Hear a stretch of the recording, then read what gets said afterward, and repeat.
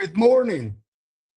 In today's webinar, we are tackling one of the most misunderstood topics in retirement planning.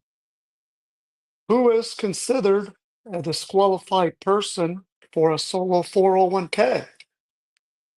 If you've set up a solo 401k, chances are you've heard the term disqualified person. But do you really know who falls into that category? Can your spouse invest alongside your solo 401k, for example? What about your parents, kids, or even your business partner? And what happens if you accidentally transact with a disqualified person? Understanding this is not just important, it's critical to protecting your retirement funds from IRS penalties. We're going to cover all these items today. So today's topic again is who is a disqualified person for solo 401k? During these daily webinars, we encourage you to also ask questions. It doesn't have to necessarily be regarding today's topic. It can be any aspect of solo 401k plans, self-directed IRAs, as well as 401ks. As those questions come in, we will pause and answer them. I see we have a question here already. Let's take a look at that. Can you convert from an after-tax 401k contribution to a Roth IRA if you are under 59 and a half and still working for the company under the solo 401k plan? Great question. So yes, that's known as the mega backdoor Roth strategy, whereby you make a voluntary after-tax contribution to the solo 401k, and then you can choose whether you want to convert that to the Roth solo 401k or the Roth IRA, and you can convert it to the Roth solo 401k or the Roth IRA regardless of age. So whether you're age 59 and a half or younger or older, the mega backdoor Roth solo 401k strategy is an exception to the conversion rules where you can choose to convert that voluntary after-tax solo 401k contribution to a Roth IRA instead of converting it to the Roth solo 401k. Now, there's another rule out there that deals with pre-tax solo 401k funds that you want to convert. That's known as an in-plan conversion, where you convert pre-tax solo 401k funds to the Roth solo 401k. Those have separate rules than the mega backdoor Roth strategy. When you convert pre-tax solo 401k funds to a Roth solo 401k, you can do that regardless of your age. However, if you want to convert those pre-tax solo 401k funds to a Roth IRA, you typically have to meet a triggering event, such as being age 59 and a half or older, or if you've transferred IRAs or former employer funds to the solo 401k plan that are pre-tax funds. Those pre-tax solo 401k funds can also be converted to the Roth IRA or the Roth solo 401k. And some, don't confuse the rules that apply to voluntary after-tax solo 401k conversions as part of the mega backdoor Roth, which allows for converting those voluntary after-tax contributions to the Roth solo 401k or the Roth IRA versus converting pre-tax solo 401k contributions that you make to the plan. Those can only be converted to the Roth solo 401k if you are under age 59 and a half. If you're over age 59 and a half, those can also be converted to the Roth IRA.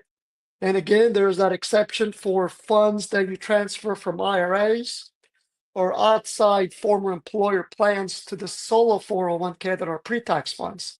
Those can also be converted to the Roth IRA regardless of your age, or to the Roth Solo 401k. So as you can see, the IRS is full of quirky rules that apply to certain facets of solo 401ks.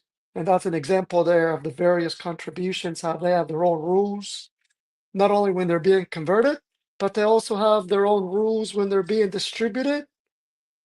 So those are items to keep in mind. Okay, good question. Again, please like today's video. Please subscribe to our YouTube channel to help get the word out to other solopreneurs like yourself. So let's continue with our topic for today, which is who is a disqualified person for solo 401k. For those who are viewing this video for the first time or joining us live for the first time, it's worth noting that we go live typically every day. And oftentimes we go live a couple times a day, and we use these daily webinars to cover specific topics, but also to answer questions surrounding retirement accounts. As always, please also visit our community where you can post blogs. You can even post forums. We have over 30,000 members in that community. If you're an advisor, a CPA, or even a real estate professional, insurance professional, really any type of business, you can also join my community. It's free to join, and you can post guest blog posts so you can flex your knowledge out there, and you can even link back to your company website, so that way those members can visit your website if they're interested in maybe your services, or they want to know more about what type of services you offer. We also have our YouTube channel. Again, if you subscribe to our channel, you'll receive notifications when we go live. We also have a large video catalog on that YouTube channel, over 900 videos and growing. And all the daily webinars that we present are posted there. So again, we cover separate topics each time we do a webinar. We also have the artificial intelligence. The address for that is www.solo401k.ai. All right. So again, feel free to type over your questions during today's daily webinar, and we'll pause and answer those questions as they come in. So again, we're talking about the disqualified rules. We're trying to figure out who's a disqualified person when making solo 401k investments. And we talked about how that one mistake with the disqualified plan regulations could result in having to pay taxes from your solo 401k. So it's a pretty important topic, and hopefully you learned a lot from it today. So why does this matter? Well, you want to protect your retirement plan from costly mistakes, because if you transact with the disqualified party, it's going to be ruled as a taxable distribution, or even more, as a prohibited transaction.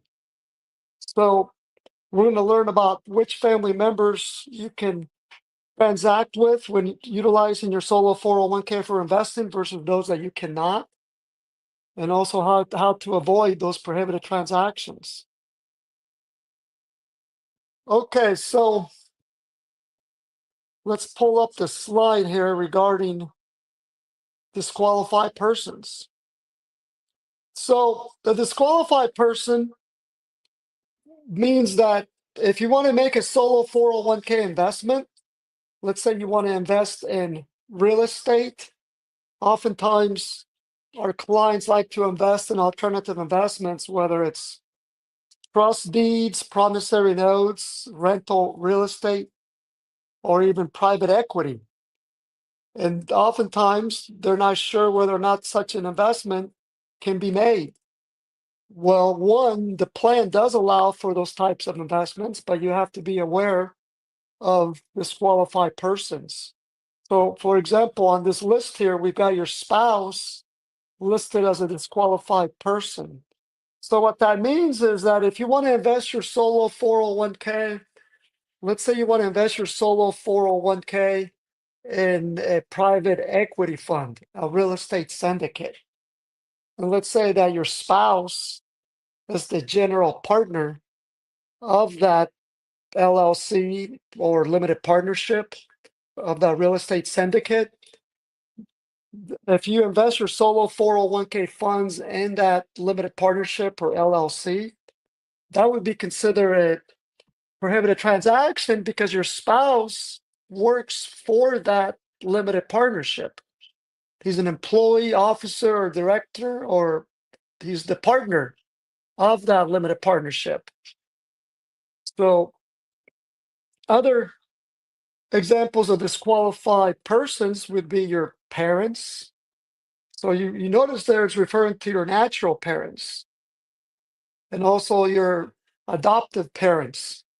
Those are also considered disqualified parties. So, another example, let's say that your parents are looking to retire and they approach you and say, hey, we want to buy a rental property down in, let's say, Florida, so that we can move from the East Coast and spend at least the winter months down there in Florida.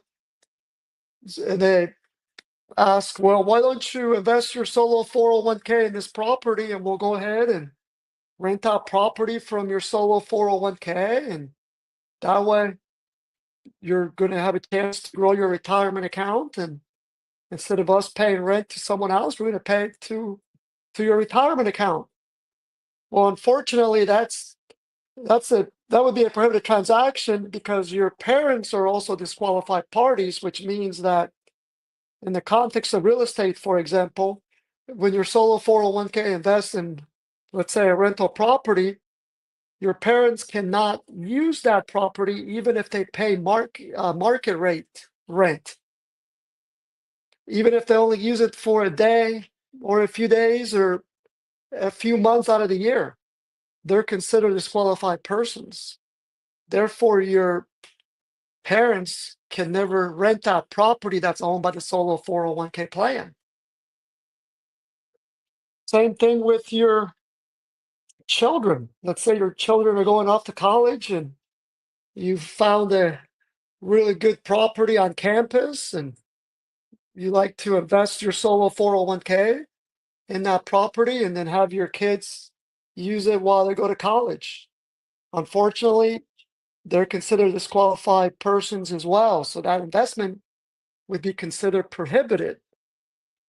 So when it comes to disqualified persons, you've got certain people and businesses and parties that are considered disqualified. So your spouse, your children, your parents, even those providing services to your solo 401k plan.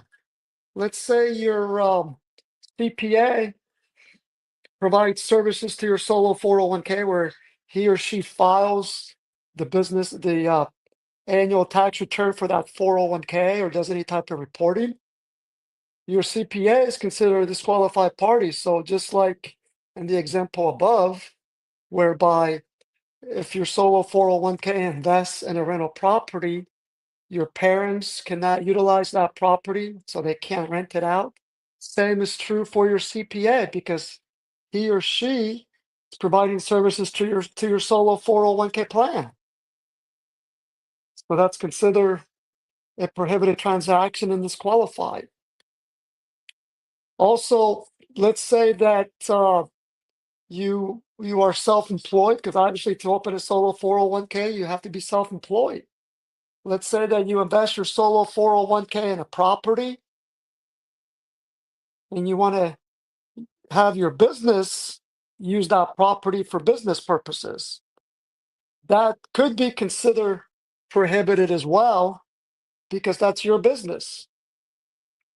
So that one there is a little more tricky because there is an exception under the IRS regulations whereby if you use a certain percentage of that property for your business activities, then that's an exception, but there's a percentage test. And when that regulation was promulgated, it was probably done so without thinking about self-employed solo 401k plans and more so for full-time employer traditional 401k plans. So another example of a disqualified party is if you want to loan your solo 401k funds to your business as a promissory note. We're not talking about a solo 401k participant loan where you borrow from the plan and you use those funds for any purpose because you're borrowing from the plan. That's known as a solo 401k participant loan, and that has its own regulations, such as being able to borrow no more than 50,000. That's the maximum amount, and having to pay that loan back typically within 5 years, and the loan is to you. In this example here, we're talking about where you want to loan your actual solo 401k funds to your business. So the funds flow directly from the solo 401k plan to your business. That's prohibited because your business is considered a disqualified party. You can't loan money from your solo 401k plan to your business, even if it's done as a promissory note at fair market value, where the business pays a, let's say, 8 or 10% return on an annual basis to that solo 401k. It doesn't matter. That's disqualified because that's your business. Same, another example, if you want to loan funds from your solo 401k to your spouse's business, that's also prohibited because your spouse is a disqualified party. Same thing if you want to loan funds to your son because he wants to start his own business. That's prohibited as well because he's a disqualified party. So these are examples of disqualified parties again. Same thing if you have some type of real estate trust. You can't do business with your solo 401k in your real estate trust.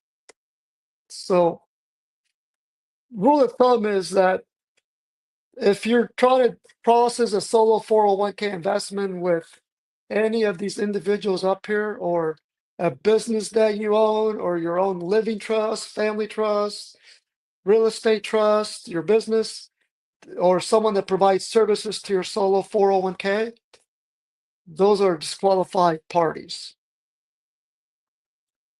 Okay, let's take a look at some more slides here.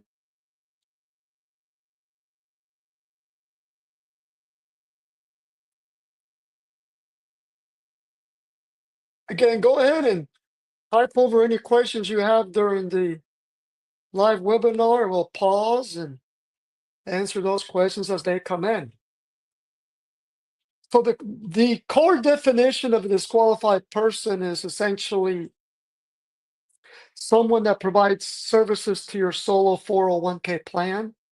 Those are typically considered disqualified parties, as well as family members, such as your spouse, children, your parents. So those would, if you transact with those individuals, that's going to be considered a prohibited transaction. Now, as far as certain family members that do qualify for making solo 401k investments, therefore they are not considered disqualified parties or persons, that would be your siblings. So your brother or sister, they're not considered disqualified parties. Nonetheless, if you make an investment with your sibling, your brother or sister, you need to make sure that it's done at fair market value.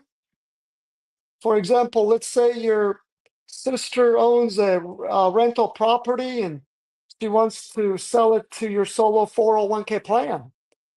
As long as that's done at fair market value, so an appraisal will need to be performed on that property, and then the solo 401k purchases that property from your sister directly, that would not be considered a prohibited transaction because siblings are not disqualified parties as long as the transaction is done at fair market value. Another example is, let's say you want to loan funds from your solo 401k to your brother. Well, that can be done through a promissory note, where you loan the funds to your brother, and preferably you want to do it as a secured promissory note, typically by real estate, so that way in the event of default, the solo 401k's recourse would be that property securing that note. When loaning funds as a promissory note to your siblings, you need to make sure that you charge an interest rate that's fair. So charging your brother a 0% interest on a promissory note from your solo 401k would be deemed prohibited, because when you make a solo 401k investment, you have to do it with the intention of benefiting the solo 401k, and it's got to be done at fair market value. And of course, the IRS is going to look at that more closely if you're doing an investment with a sibling, even though a sibling is not considered a disqualified party. That doesn't mean that you can loan funds from the solo 401k to your sibling at a 0% interest rate. Likewise, if you charge a rate that's too high, that could also be challenged. So the general rule of thumb is you want to charge a rate based on that borrower's credit history. So if obviously if that individual has good credit, then if that individual were to go to a bank, what kind of rate would that individual receive on a loan? Let's say 4%. Well, you could use that same rate when loaning funds from your solo 401k as a promissory note to that individual, so your sibling. So again, also other parties that are not considered disqualified would be your cousins. So that would be okay. Also, if it's let's say you know someone in your circle that has a business and that individual is not related to you, nor do you do any type of work for that individual's business, then you could also loan funds to that individual's business or even invest in that individual's business through the solo 401k, because they're not considered a disqualified party, because that's not your business, nor are you an employee, officer, or director of that business. Looks like we've got a question here. Let's take a look at that, and then we'll continue with today's daily webinar, which is who is a disqualified person for solo 401k investment purposes. All right, thanks for doing these streams. Where can I check that my payment method is up to date with you guys? I will go ahead and if you go ahead and submit a ticket, we'll go ahead and take a look at your account to determine whether or not you're up to date, and then we'll email you accordingly. Let me provide you with the link to submit that ticket, so a support ticket.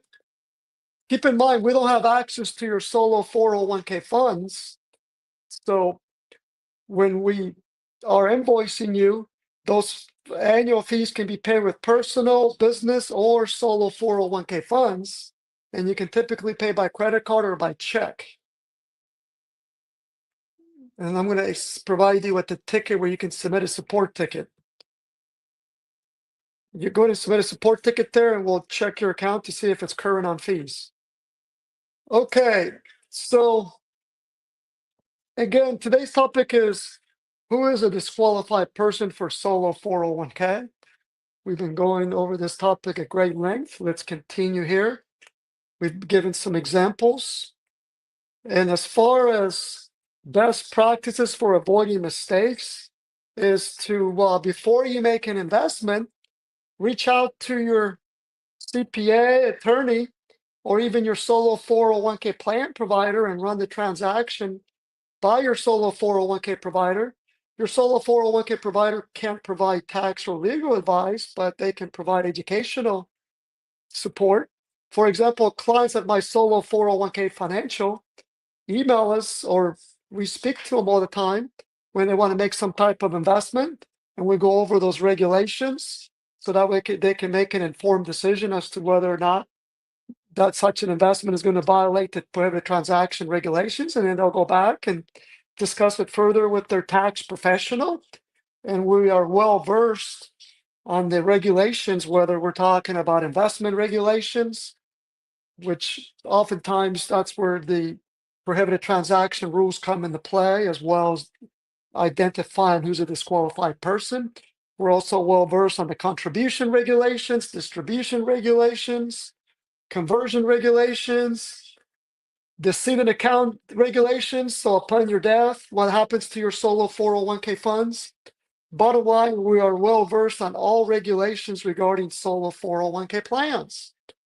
So again, we encourage our clients to ask questions, attend these daily webinars, even email us, submit support tickets, schedule calls, and we'll gladly go over any regulation. Specifically, we're talking about disqualified persons. We'll gladly review investments with you to determine whether or not those are going to run afoul with the regulations. So that way we can help educate you, and then you can make an informed decision after discussing it with your tax professional. So that's how you want to avoid making mistakes. And another rule of thumb is that typically if it's too complicated, that generally means it's a disallowed investment. If you're trying to push the envelope when you're dealing with retirement accounts, that's a good sign that it's probably prohibited. It's probably a disqualified type of transaction, or it's a prohibited investment. So the rule of thumb is to typically not make such investments if it's too complicated. I mean, we've helped clients review investments, I mean, for the past 15 plus years, and we've seen every investment under the sun, and including those that are very complicated and you're pushing the envelope, and 99% of them are prohibited or they're being made with disqualified persons. So again, a good rule of thumb is that if it's too complicated and you're trying to push the envelope, it typically is disallowed or prohibited. Okay, again, go ahead and type over your questions during today's daily webinar, and we'll go ahead and answer those questions as they come in. Let's take a look at this slide here. Here are some prohibited transaction examples. I've already provided a few, but let's talk about these here. So here's an example: selling your existing property to your solo 401k plan. We actually get this question quite a bit. I would say this is probably one of the top 3 prohibited transaction questions that we get, where the individual has the rental property or even their primary residence, and they want to unload that property, and they have a good chunk of money in their solo 401k plan or even an IRA, and the individual wants to open a solo 401k plan, transfer that IRA to the solo 401k, and then they want to invest in real estate. In this case, they want to have the solo 401k purchase a property that they or their business already owns, and they even say they want to do it at fair market value. Well, unfortunately, that's a prohibited transaction. Why? Because you are a disqualified party. You can't have your solo 401k plan purchase a property that you personally own or your business personally owns, even if it's done at fair market value. So you can't sell the home that you own or your business owns to the solo 401k. That's considered a sale or exchange of property between the plan being the solo 401k, and the disqualified party, the disqualified party being you as the solo 401k participant / owner of the plan. Here's another one that we get quite a bit as well, especially if you're looking to purchase your first primary residence. You can use your solo 401k property as security for a loan. Let's say the solo 401k owns a rental property, and now you want to purchase your own primary residence, and you're trying to get a loan from the bank. You can't utilize that solo 401k owned property or any assets of the plan when trying to get a loan from a bank. So you can't use any asset of the plan as a security for a loan that you receive from the bank, even if it's going to be used towards the purchase of your primary residence. Now, don't confuse, as I mentioned earlier, the solo 401k participant regulations, where you can borrow from your own solo 401k plan, and you can use those proceeds towards the purchase of your primary residence. And you can use it towards the purchase of your primary residence, and you can extend that loan to a 15, 30-year payback period. And the maximum you can borrow from a solo 401k through a solo 401k participant loan is 50% of your account balance not to exceed $50,000. So for example, if the value of your solo 401k is $50,000, the maximum you can borrow is $25,000. On the other hand, if the balance of your solo 401k is over $100,000, the maximum you can borrow is $50,000, and you can use those proceeds towards the purchase of your primary residence, and you can pay that loan back over a 15 or 30-year period, depending on your mortgage. Typically, you can only borrow for a 5-year period, but there's the primary residence exception, where if you borrow from the plan, and that as long as that loan is documented, it's got to be documented with specific solo 401k participant loan documents. And here in my solo 401k financial, we'll draft those solo 401k participant loan documents along with the payment schedule. So it's got to be documented. You can't just document it on a napkin or on an envelope. You got to have specific IRS participant loan documents. And then you pay back the solo 401k with principal and interest, scheduled payments over that 15 or 30-year period if the funds are used towards the purchase of your primary residence. And there's no prepayment penalty. Okay, let's talk about some other examples of prohibited transactions. Loaning funds to your parents. You can't loan your solo 401k funds to your parents. Now, if you borrow from the solo 401k through a solo 401k participant loan, those borrowed funds can be used for any purpose. Because once you borrow from that plan, you personally, through that participant loan regulation, you can use the funds for any purpose.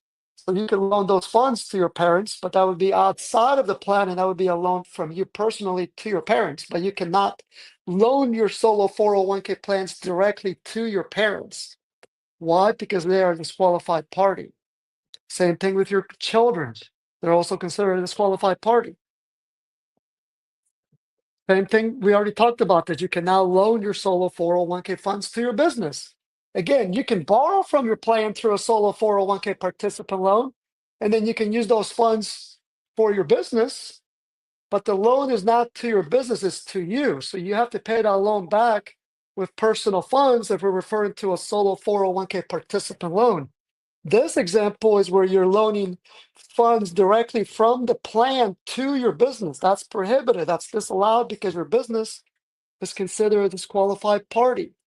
Same thing if you loan funds to your spouse's business. You can now loan your solo 401k funds directly to your spouse's business. So these are good examples of disqualified persons and prohibited transactions. Okay, I don't see any other questions for now. Looks like we are at the end of our session. We'll be back again here in a few hours. So if you didn't have a chance to ask your questions during today's webinar, we'll be back again in a couple hours. Again, please like today's video to help get the word out to other solopreneurs like yourself. Please also subscribe to our YouTube channel so that you receive notification when we go live. We typically go live at least once a day, oftentimes a couple times a day. Like today, we'll be going live again. Okay, so we've come to the end of our session. Until next time, have a great rest of the day.